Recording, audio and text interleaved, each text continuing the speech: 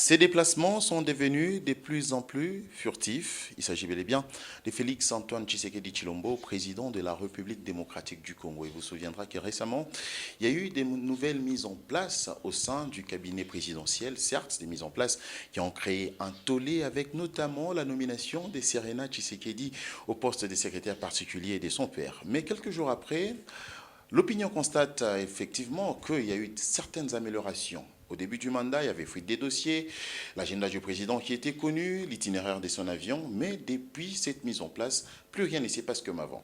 Félix Antoine Tshisekedi Chilombo était parti au Qatar, où il a eu une rencontre avec l'émir du Qatar en présence de son homologue rwandais à Paul Kagame, le Qatar qui tentait bien sûr de résoudre la situation à l'est des Républiques démocratiques du Congo. Et les médias et les officiels n'ont su cette information que 24 heures après, à la grande surprise générale.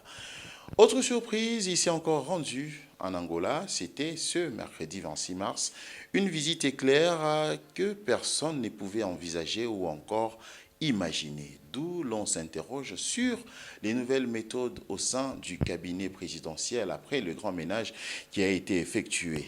Mais grand nombre d'observateurs voient des bons yeux cette manière de faire aujourd'hui à la présidence de la RDC où on pouvait avoir des dossiers confidentiels des audiences du chef de l'État qui fuitaient. Constat fait par Gioni Radio et Télévision. Suivez-nous sur nos différentes plateformes, et notamment Facebook, YouTube ou encore TikTok.